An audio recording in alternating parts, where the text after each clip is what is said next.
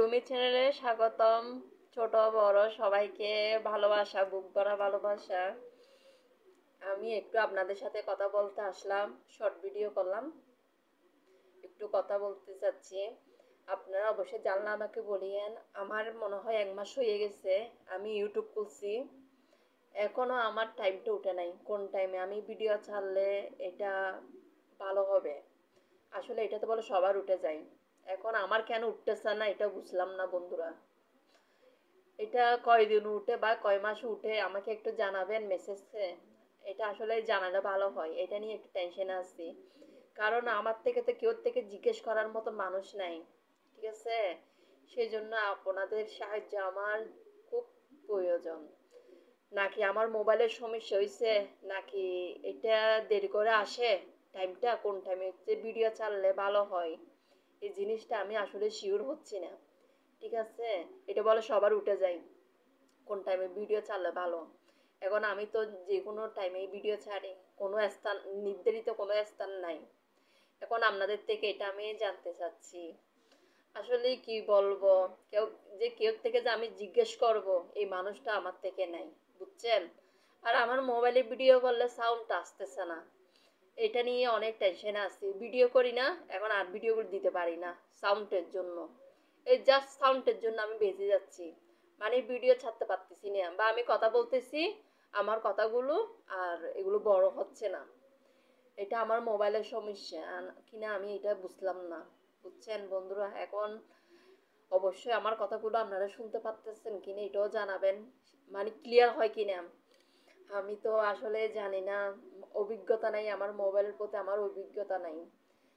এখন আর কি বলবো, মানে টেনশন ধরে গেছে। কোন একটা ভিডিও করি আমি, এটা আমি ছাড়তে পারি না, আর আপনারা কোনো উত্তর দেন না। আমি বলতেছি, বারবার বলি আপনারা আমাকে কিছু একটা শিখাই দিবেন, জানাবেন। জানালে তো আপনাদের কোনো সমস্যা হয় না, বুঝছেন? আমার যদি এরকম মানুষ থাকতো আমি তাদের থেকে জিজ্ঞেস করতাম কেন আমার টাইমটা এখনো উঠতেছে না। এখন এটা আপনারা অবশ্যই আমাকে জানাবেন। আমি আপনাদের কাছে জাস্ট এটা অনুরোধ, ছোট বড় সবার কাছে। বন্ধু তো বন্ধুই হয়, বড় আর ছোট তো কোনো বন্ধুর মধ্যে আসে না। সেজন্য অবশ্যই আপনারা হেল্প করবেন, আমাকে জানাবেন, আমাকে মানে করার সুযোগটা করে দিবেন। কারণ আপনাদের কথার জন্য আমি সবসময় বসে থাকি, কিন্তু আপনারা কোনো উত্তরে দেন না, দেখেন কোনো উত্তরে দেন না।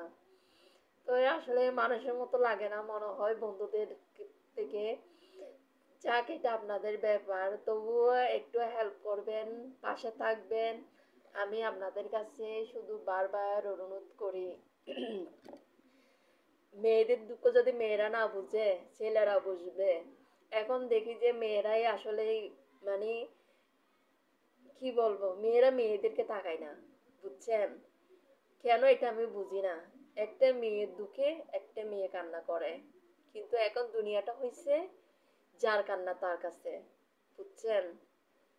তো দুনিয়াটা এরকমই হয়ে গেছে বন্ধুরা। এখন ভালো মন্দ অবশ্যই আপনারা আমাকে জানাবেন। আমি আবার বলতেছি, এই ভিডিওটা কিন্তু আমি বারবার করি, আপনারা আমাকে কিছু জানান না।